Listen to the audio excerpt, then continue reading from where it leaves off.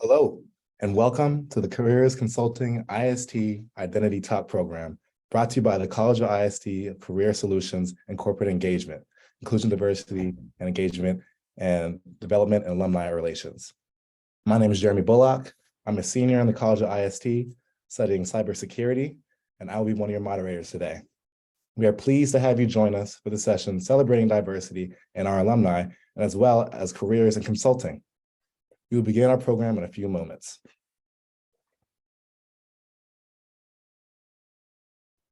Hi, everyone. I'm Lauren Pearl. I'll be co-moderator for today's session. I'm a senior studying HCDD, Human-Centered Design and Development, and I'd like to welcome everyone to our program.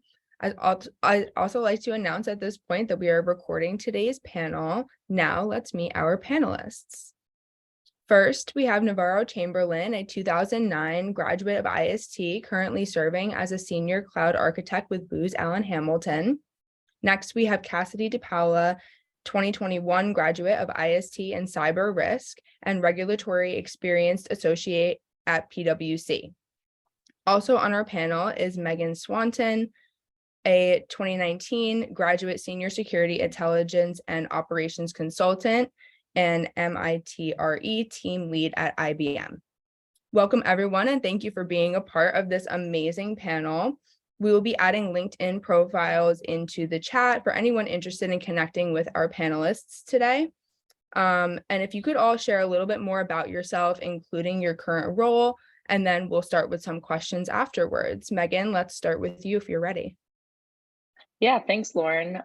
So as mentioned, I graduated in 2019 with my degree in security risk analysis, and I got a minor in information sciences and technology. Later that year in June, I started work at IBM, and I've been here for a little over 3 years now, working within our SOC practice. I'm the MITRE team lead now, so essentially I'm running point on any consulting engagements regarding anything MITRE related. And my background in threat detection, threat intelligence, attack surface reduction. I've also worked in incident response in the past. And yeah, that's a little bit about me. So I look forward to hearing from everyone else. Thanks, Meghan. So as Lauren mentioned, I graduated from IST in 2021, and I majored in security risk analysis with the focus in information and cybersecurity. I also graduated with a master's in international affairs with a focus in international cybersecurity. And that was through the IUG program. If any of you are familiar with it, it's definitely something to look into and talk to the career services and advising office about. It's a really cool program. It's a 5-year program that you can earn both your bachelor's and master's. Upon graduation, I joined PwC in August, and I've been here a year and a few months. It's been a wild ride, a lot of fun. I started during the pandemic when all offices were closed across the US. Since they have opened, I've gotten the opportunity to travel to 3 different cities, Tampa, Washington, D.C., and Boston. I moved to Philadelphia, and in a week from today, I will be moving to Boston with PwC. Currently, I'm working on vulnerability assessments. I've had different clients throughout the last year, ranging from financial, oil and gas, defense contracting. So excited to learn a little bit about all the other panelists and share my experience. Awesome, and thank you for introducing us. My name is Navarro Chamberlain.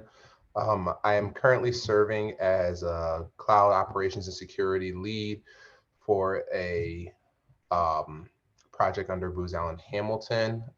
In general, I function as the cloud subject matter expert with experience across the cloud metaverse, such as Amazon Workspace, Amazon Web Services, Azure, GCP, the whole stack.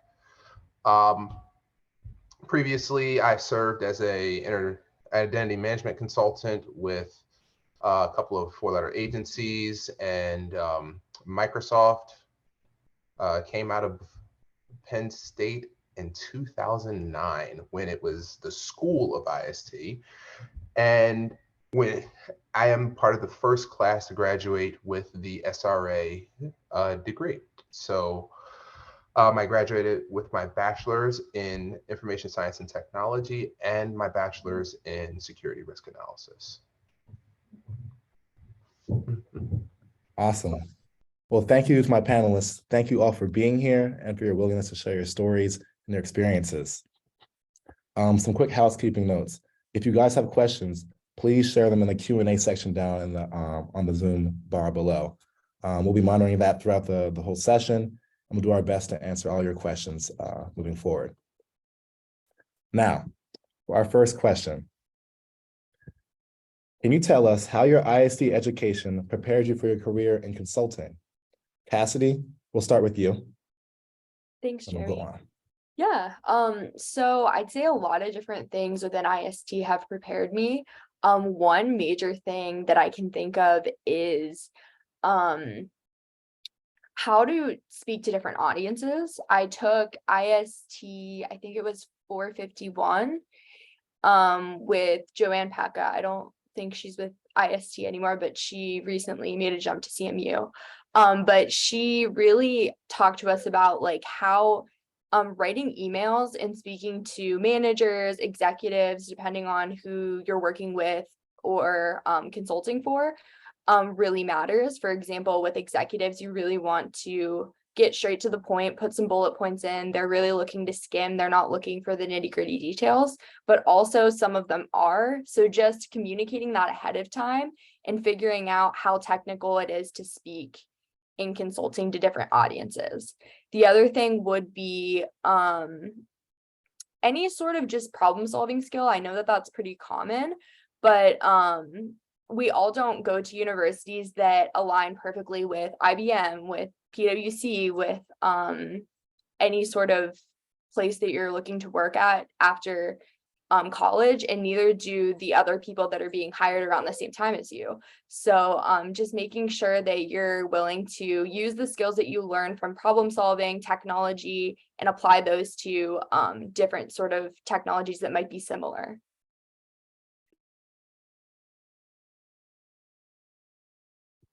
Awesome. And Megan and Roberto, if you guys have answers, you're more than welcome to jump on. If not, we can go to the next question. Yeah, Yeah, definitely. I actually, Go ahead.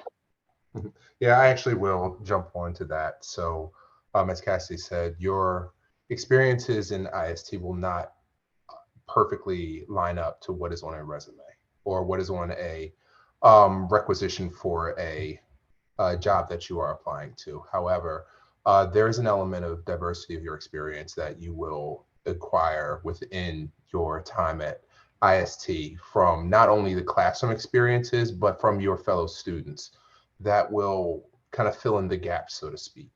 One of the best things that you can do, like this is the time where you can get inquisitive, learn.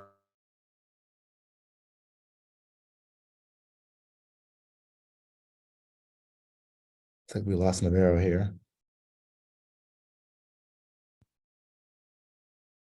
This meeting is being recorded.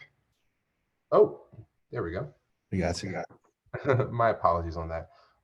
So one of This meeting is being recorded. One of the things I always like to tell everyone is that learn. Just find something that you like to do, learn from it, get inquisitive, go down rabbit holes, because that's how you find those expertise and those experiences that you will recall in a group setting, in an interview. That's what we are looking for when we're hiring people, is those people who want to go down those rabbit holes, those people who want to be inquisitive. So that sort of breadth of experience that you're experiencing in IST, that class that you really like, make sure to talk to that professor, make sure to go down that rabbit hole, learn more, learn everything that you can about that subject, because ultimately you become a subject matter expert. And ultimately, when you come to the point when you are in those interviews, you will recall those things, and those things that you are truly passionate about will come shining through in your interviews. Yeah, and also kind of going off of that as well, I think that the thing about consulting is there's so many different industries, so many different technologies. And one of the things that I think really helped me with the IST college was that there was so many small pieces of information and so many different facets of cybersecurity that in my job today all play together. Like having the knowledge of cyber forensics helps me with a role in maybe, risk and compliance. So that's important. And then the other part that I found really helped me is the IST college's focus on collaboration as a team. I have never felt like I've been a great test taker, so I felt like that really helped me. And in the real world, you're very rarely going to be tested. Usually, you're going to be working with others, you're going to be problem solving as a group. So, learning how to problem solve as a group is really important because you need to figure out what your role in a team is, both as maybe a team lead in some portions, because there's going to be chances where in your day-to-day job, you're going to end up leading a team, but also as, almost a team member. How do I take direction from a team lead? What can I learn and how do I play into the role?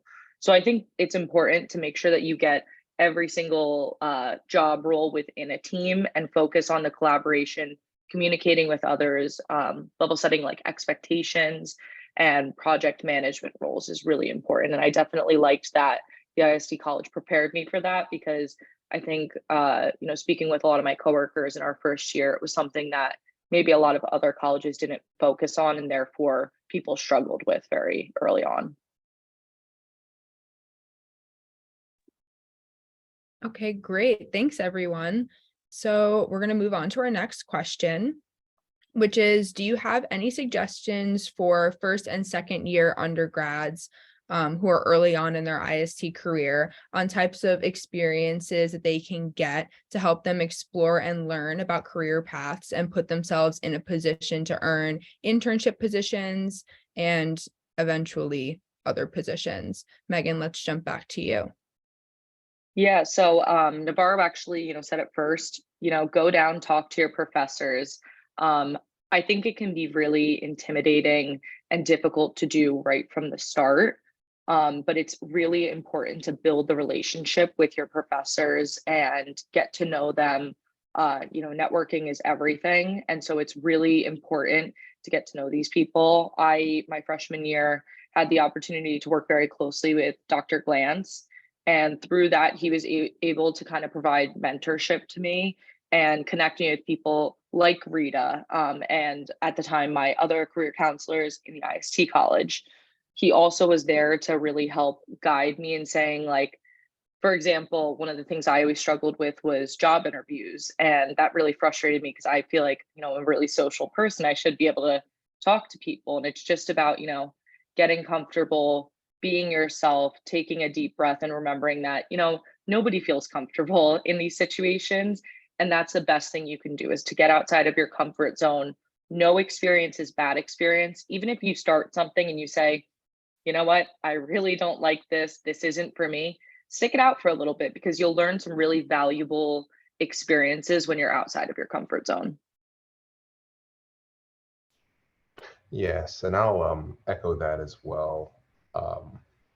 When you use all the resources that are available to you. So one thing that a lot of my friends have also graduated from Penn State in different aspects. So my wife is human development. My best friend is a civil engineer from IST. So we all have different experiences, but one of the things that I always recount to students and to prospective employees is the idea that IST has such a large and such a voluminous network of resources for students to be able to get placement in jobs, things like career counseling, things like being able just personally being able to walk into your career counselor's office and have a talk. I to this day apologize to Miss Madhavi for the myriad of conversations that we have had over the course of the years. I swear I was in her office once a week, every week for 4 years. But that's the type of support that you are getting at this college. So one of the things that I want you guys all to take away from is the fact that use your resources. Like, this is not just the in-classroom resources, but career counseling, all the free software that you're getting. That's important. That's important stuff to be able to take care of.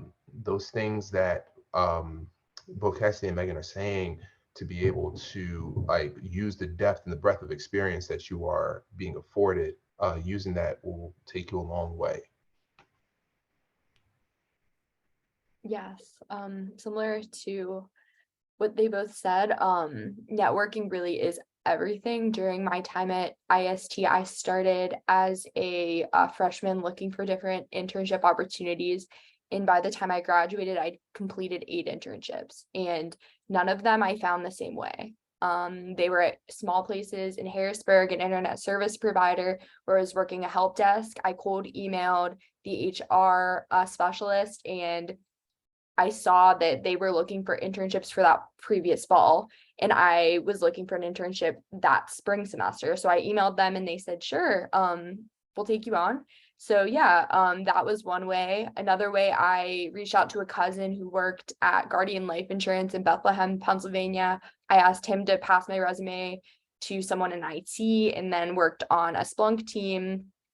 I've used the Penn State network. I've reached out to people on LinkedIn.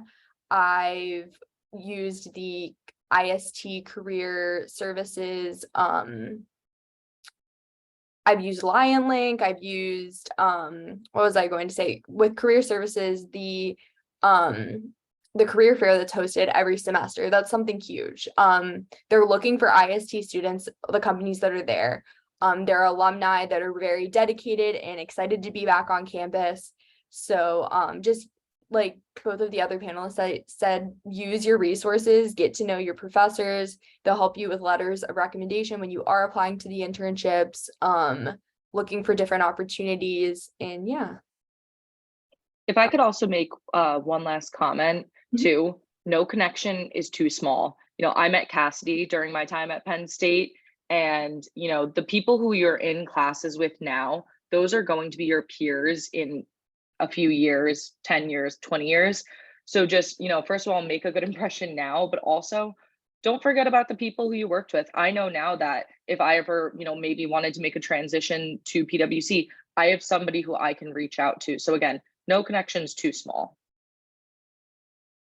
I would make that unanimous. No connection, like, let's say it again, no connection is too small. Those people that you are working with, those people who are teaching you, they will go on to different positions, and they will remember that, like, Meghan was a good worker. Meghan really helped me out. She was really knowledgeable. Cassidy really like put in the effort, the time, the patience to get things done. Like, when people are in positions where they can help or they can hire, they'll remember those things about you. So yeah, just learning and using all of your resources again. That's so true. And just to add on to that, it really is true that they say the world is so small. So is IT, so is InfoSec, and just the tech industry in general. You will see people again. At the career fair, I think that there were 4 or 5 tables where I saw my previous classmates, previous recruiters that I had talked to as a student. So it's so true what they're both saying. That's great. Thanks, everyone. So we actually have a question that came in from one of our audience members. So I'm going to go ahead and ask that now. They said, do you find that IST prepared you enough technically, or do you ever feel like an imposter syndrome compared to those that studied engineering or computer science? Yeah, I would actually like to take this one if you would be so kind. First off, yes. But that is subject to the student. IST gives you a very, very strong foundation as to what it is that is necessary within the environment in order for you to become successful. That being said, that will only fill maybe 50 to 75% of the actual requisition that is being asked. So as we said before, there are holes, gaps that will need to be filled by you, the student. And that's where your specialties, that's where your curiosity and your interest comes in. One of the best things that you can do from first year to a senior year is take a look at the requisition itself. So take a look at what these companies are looking for. Take a look at a subset of 10 companies or something like that. Do you see a common thread going across those companies? If you see that common thread and you understand that you are not prepared for that yet, then you have been given an opportunity to specialize in that thing that you know will be relevant to 10 different interviews. So for example, I'll be very technical for a second and I apologize. If you want to come in as a DevSecOps engineer, that's the big term that we're using these days.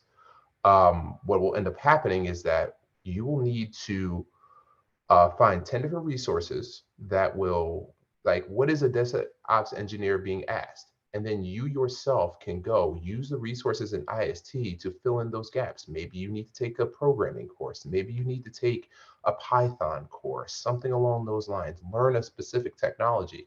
The world's your oyster at this point. And a lot of this stuff doesn't happen in the classroom either.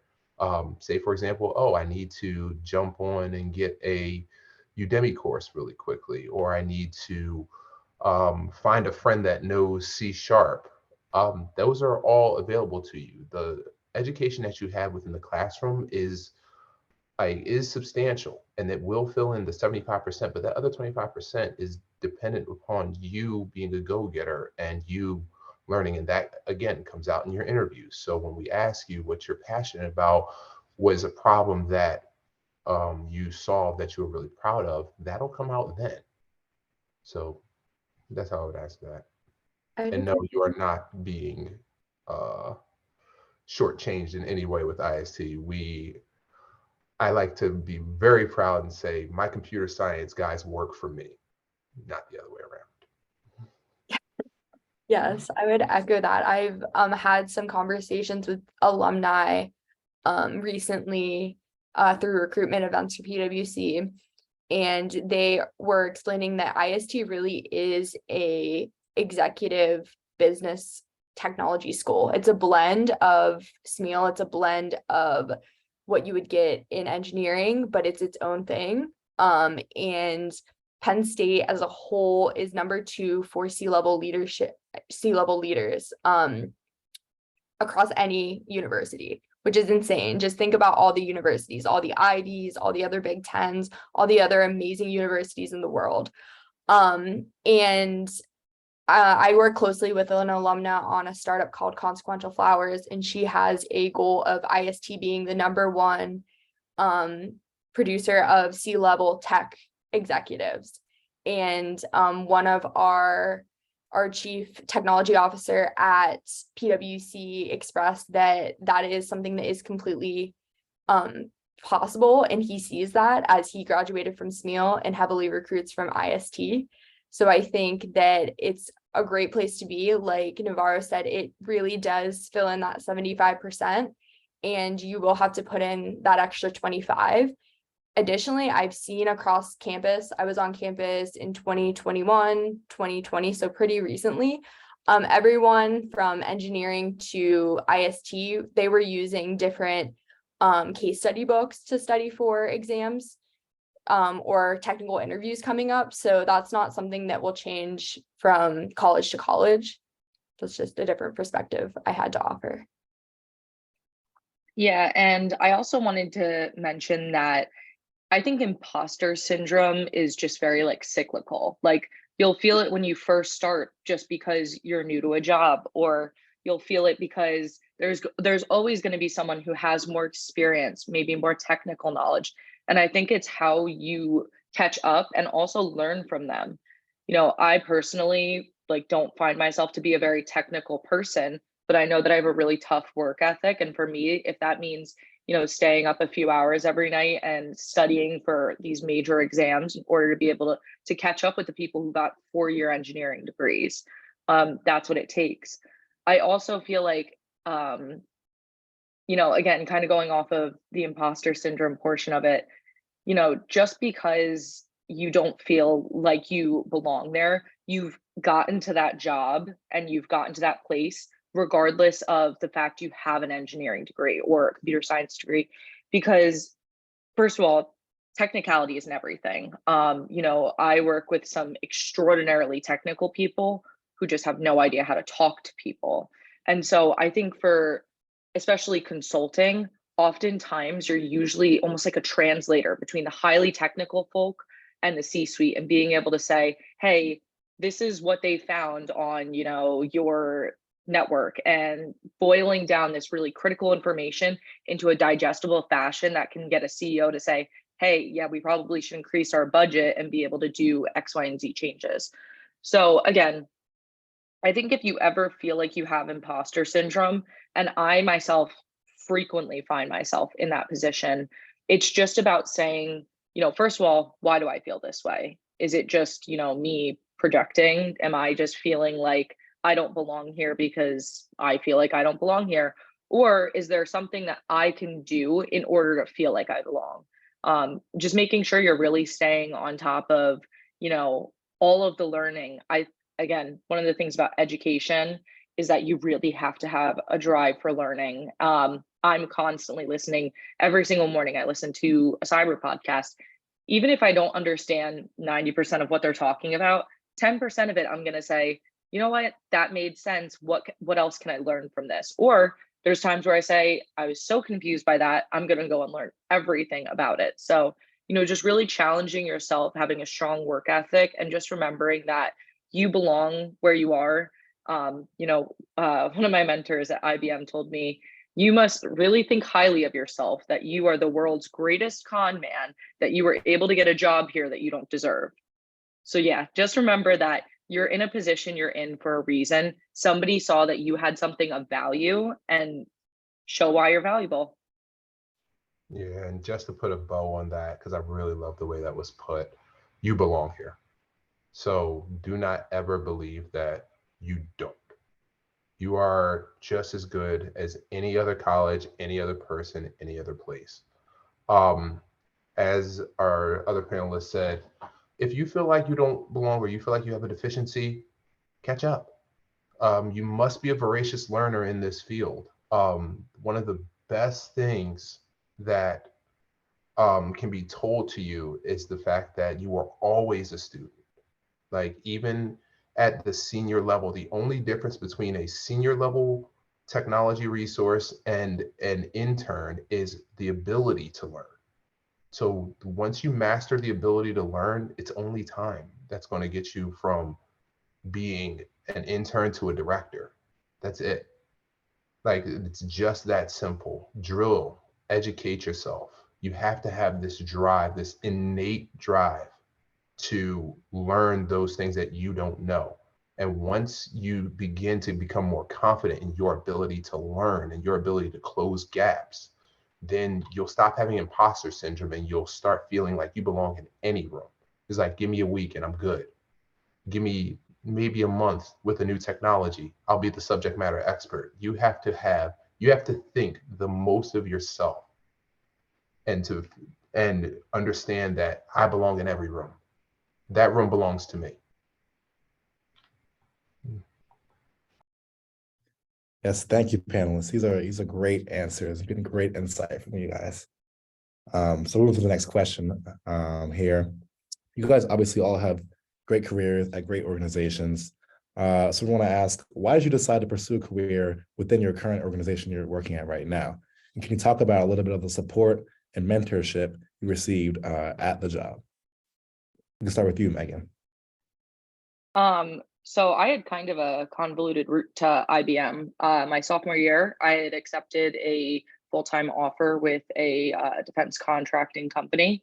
And over the years, the plan was to get my security clearance so that the day I graduated, I could pretty much start working and be all set to go. And over time, there was some hiccups. I had some issues with getting my security clearance. And so my spring of my senior year, I found out I no longer had a full-time job, and I scrambled. I applied to probably 400 jobs. I applied everywhere and anywhere. And when I had applied to IBM, again, going off of imposter syndrome, I remember submitting the application and just laughing because I was like, IBM's never going to hire me. They would never hire me. I had struggled in school. I didn't have the best GPA. I never felt like I belonged at a company like IBM. And then I got an interview and I was like, okay, that's weird. And then I got another interview. And one of the reasons that I applied to IBM is, first of all, it's a household name. I'm pretty sure everybody in this room knew who IBM was before college. So I always felt like it had this prominent name. But one of the things that I really loved is that IBM's stood the test of time. They've consistently reinvented themselves through eras and made sure that they're always staying up to date. They're always innovating. And that's something that I love. I find that I'm kind of always looking for the next best thing. And I really loved that there was a lot of lateral movement within the company, more so than I even knew. I actually find it funny. We get an email about once a month that it's like job recommendations for you. And it's like about other jobs at IBM that they want you to apply to.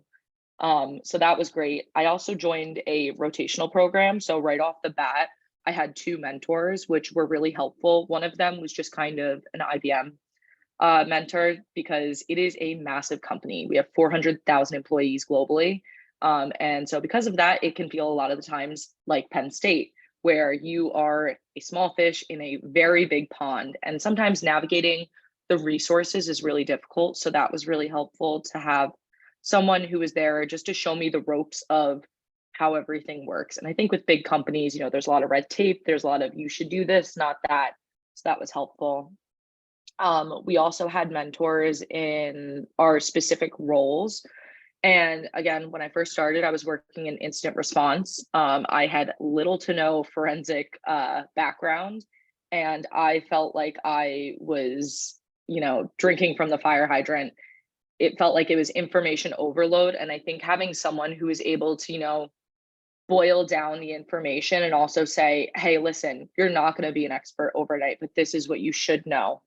That was really helpful to me because, again, you have somebody, I think mentors are so important because you have somebody who's lived experiences. And I think one of the things that I love about being a mentor is that, I never want someone to make the same mistakes as myself. I always find that if there's a shortcut to learning an opportunity, it can be helpful. And I think it's really important to have people who have stood the test of time and also lived these experiences to be able to give that back to you and say, hey, I know you'll probably want to do this, but this is what happened when I did that. There's a big methodology at IBM, fail fast. Failure is a good thing because we learn so much more from our failures than our successes. And so just to have somebody to be able to say, hey, it's okay to fail. You're going to fail and you're going to fail often. And that's not a bad thing. It's about how you overcome those obstacles and just, having somebody to be there to support you. Because going into the real world, it's scary. Like, I'm not going to sugarcoat it. It can be really scary. It's overwhelming. And to kind of have what I felt like Penn State offered with a lot of the career counselors, to have that person in the room to be your advocate when you might not feel like you can be your own advocate is really useful. Yeah, so one of the things that I think goes unsaid a lot of the time is how hard this is. So you will fail. Let's get that out the way. You will fail many times. You will fail fast. You will fail epically. You will delete databases that you will not be able to get back. I promise. I've seen it all at this point. But one of the things that we need to remember all the times is no one really blames.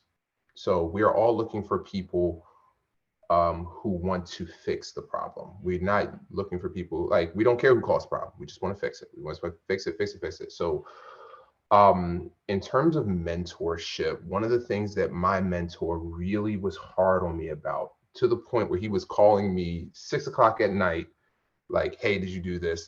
Was making sure that I always learned from my mistakes. So making sure that I took good documentation, took good notes, like, hey, how did you fix this? What was your thought process behind fixing it? So having a mentor is an invaluable resource in both early and late in your career. As you ascend the ladder, you will always have mentors. You should always be looking for someone who relates to your life experience and relates to you on a personal level so that you can glean their information from them. People want to share information with you. No one, like, get out of your heads the fallacy that people are just holding on to information and want to hold you back. It is untrue.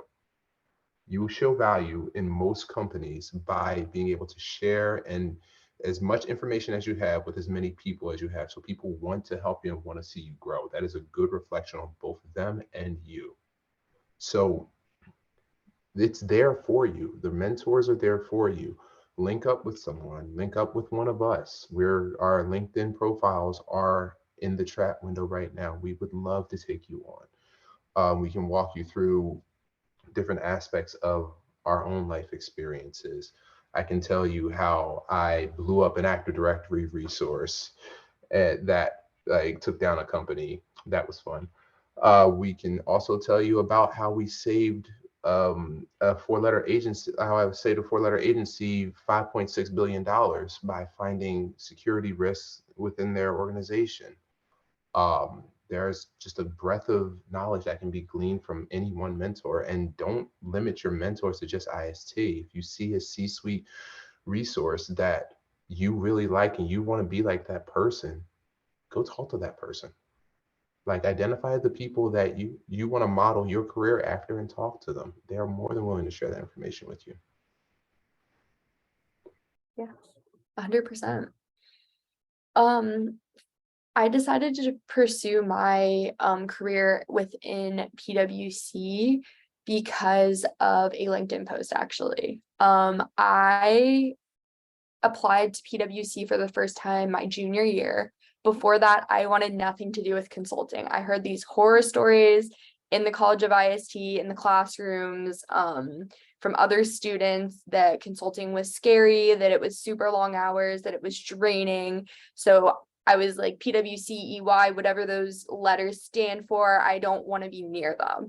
So I never applied to any consulting internships. And then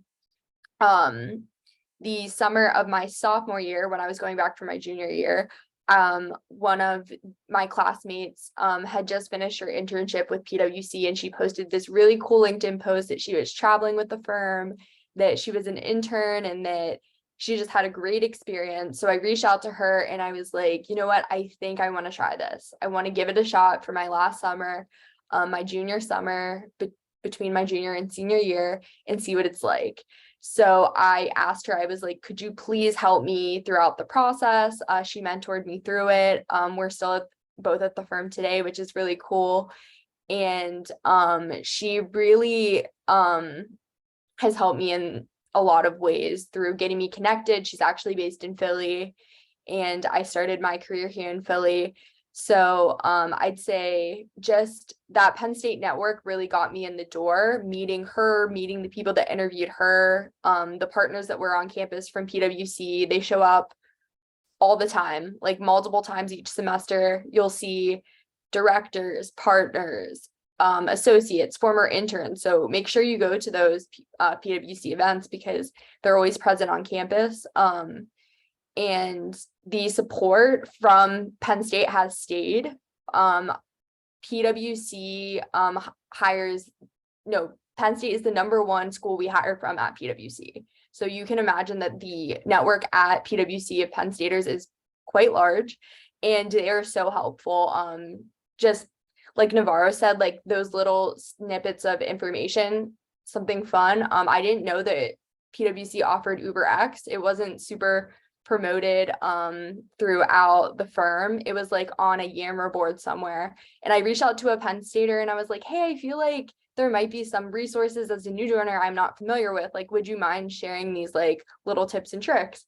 So he got on a call with me. He's actually based in Boston. And he shared some UberX codes, some different things that were fun. And Yeah, another great thing that drew me to PwC was the ability to move. I originally, from the time I was a freshman to senior, I was dead set on moving to New York City. That changed with the pandemic, and then I decided to move to Philadelphia. It was a long story. If anyone is interested in that, definitely reach out via LinkedIn. And then I actually decided after 10 months here in Philly, I want to move up to Boston. So I really like that we have offices across the US that I could go to. I could even go international. PwC is a huge company. So great opportunities, so many industries. I think I mentioned before, I've worked on oil and gas, defense contracting. So just so many different opportunities, and just the ability to build my network. And I'm really thankful to be at PwC today. The mentorship has been great. I've had mentors that have been assigned to me from PwC that have been super helpful with the transition of the move, transition within the firm to different teams, but also just that informal Penn State network has been great.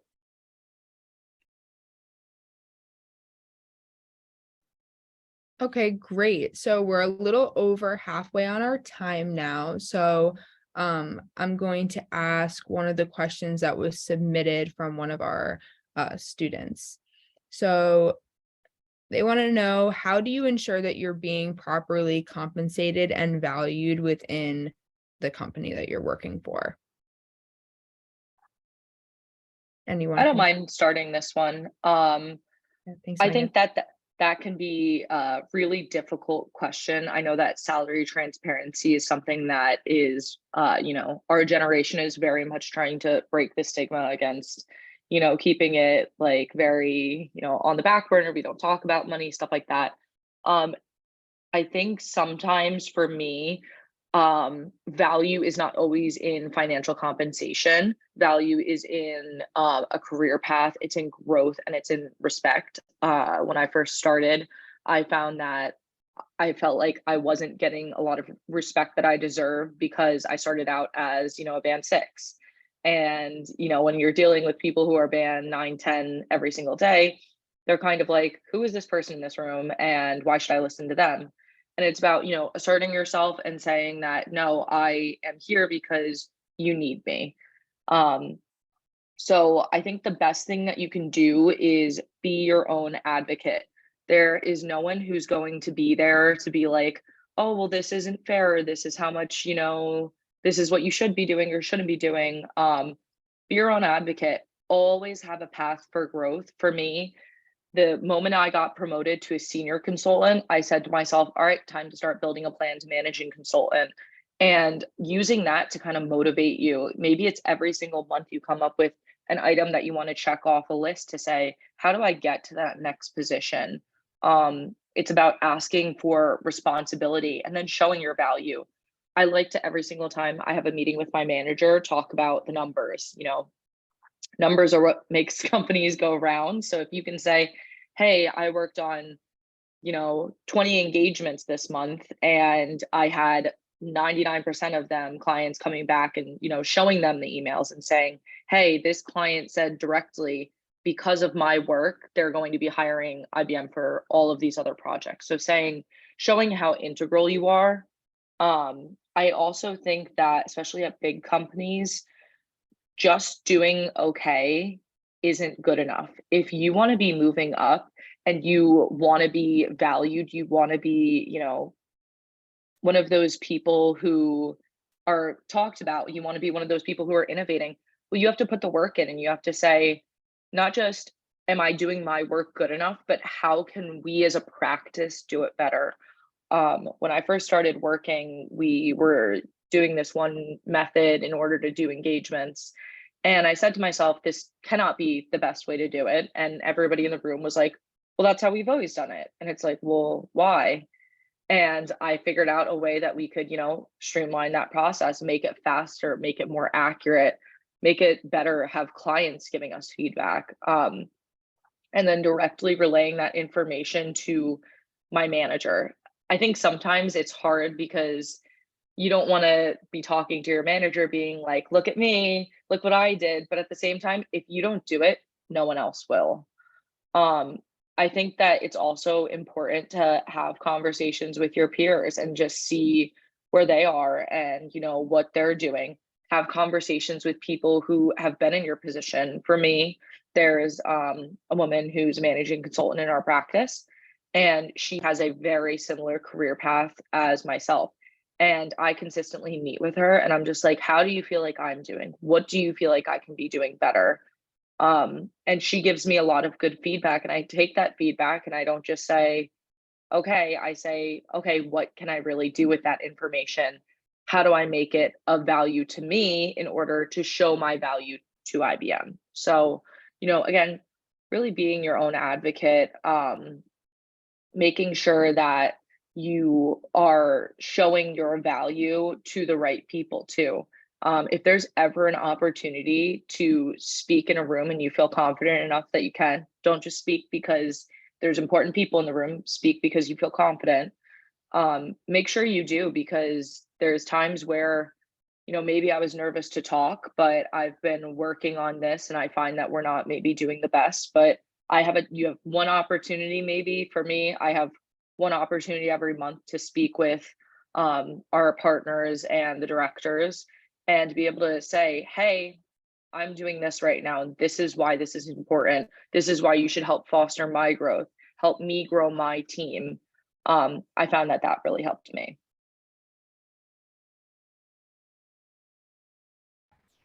Yeah, I want to emphasize this point about value. First off, use your resources.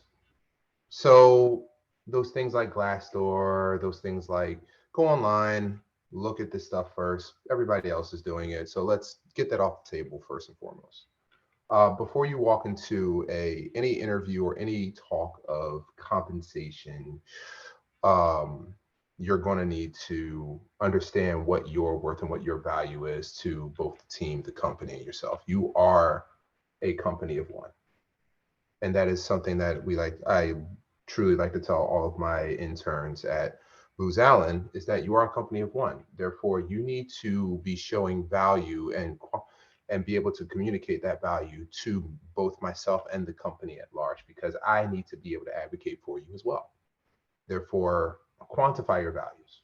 So how much is not good enough for you to say, oh, I was working 40 hours or 50, 60 hours. It's what did you do with that time? Working 60 hours is useless if you did nothing. I would rather you work 30 hours, take 10 hours off, but have contributed something invaluable to our team. Quantify your goals. It's not good enough to say, oh, I want to get a cert. What does that cert do? How does that certificate that you are about to charge us for help us as a company grow? And then once you have those value statements, once you have those quantifiable values, then you have you have bullets in your clip in order for you to be able to walk into any situation and say, this is my value and this is what I feel like I am worth. And then we can start having a conversation. But before that point, you need to make sure you are making yourself valuable and make yourself invaluable. So make yourself the subject matter expert, the guy that's necessary, the guy or girl that's necessary. Because if I can find 5 people to do your job, that's not good enough. So, I'm being pinged. Alrighty. Thank you, Navarro. We'll go to the next question here.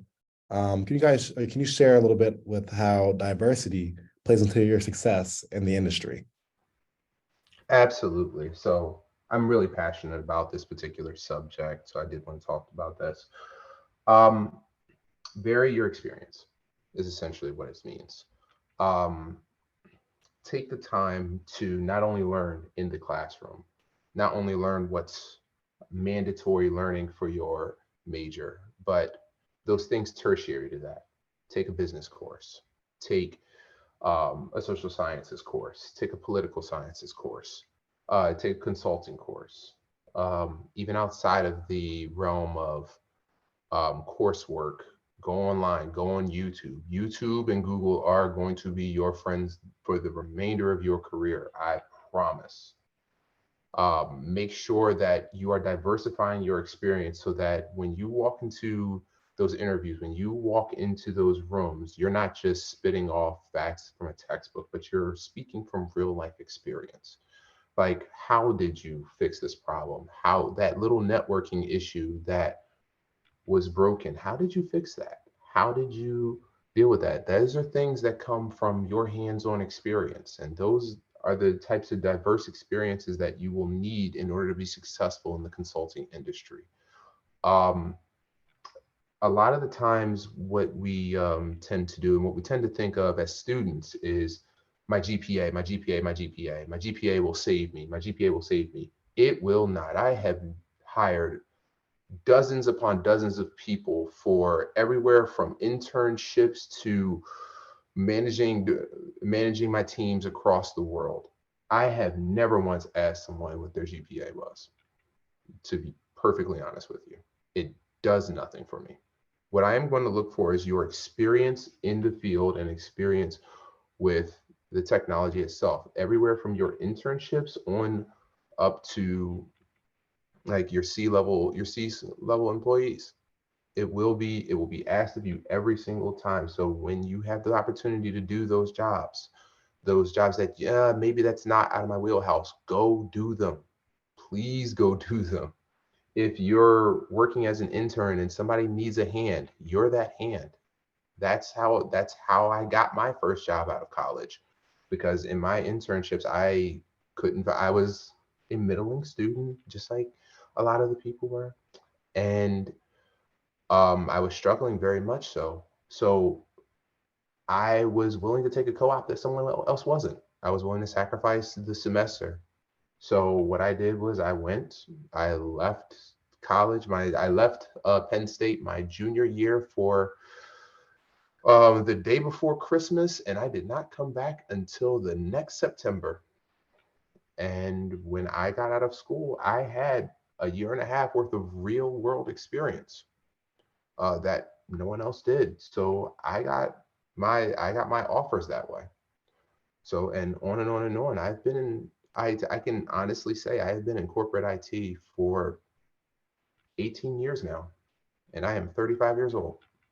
So when you guys see those opportunities for experience, it can be anything from, oh, well, your friend needs a website for their burgeoning dog walking business. Setting up that website has a lot to do with what we're going to ask you to do at work. It sounds very cliche, but everything is a good experience. Every single thing, every time you are in a room with somebody, every time you are asked to do something at work, it's a good experience. So please diversify your experience.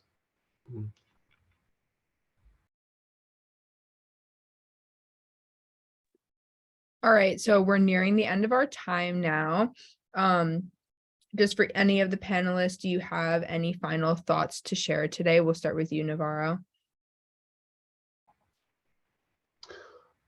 I think that I'm just going to echo what we have said all along, is that you belong. You are good enough. Your education and the experiences that you are gaining at IST will translate throughout your time in corporate America and beyond. Those networking connections that you are making here, those struggles that you are experiencing throughout your environment. I know that, I don't know if we still do IST 240 or 230, but the struggles that you are experiencing in that particular class will translate throughout your career. So all in all, if there was anything I wanted everyone here to take away, it is the fact that you belong in this room, you belong in every room, and it is up to you to command the room.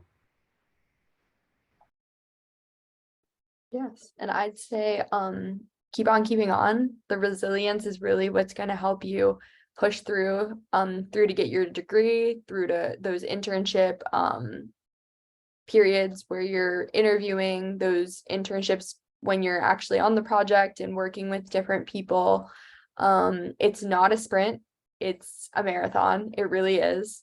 So don't ever feel like you're behind, because sometimes you're behind, sometimes you're ahead. We're all just keeping on.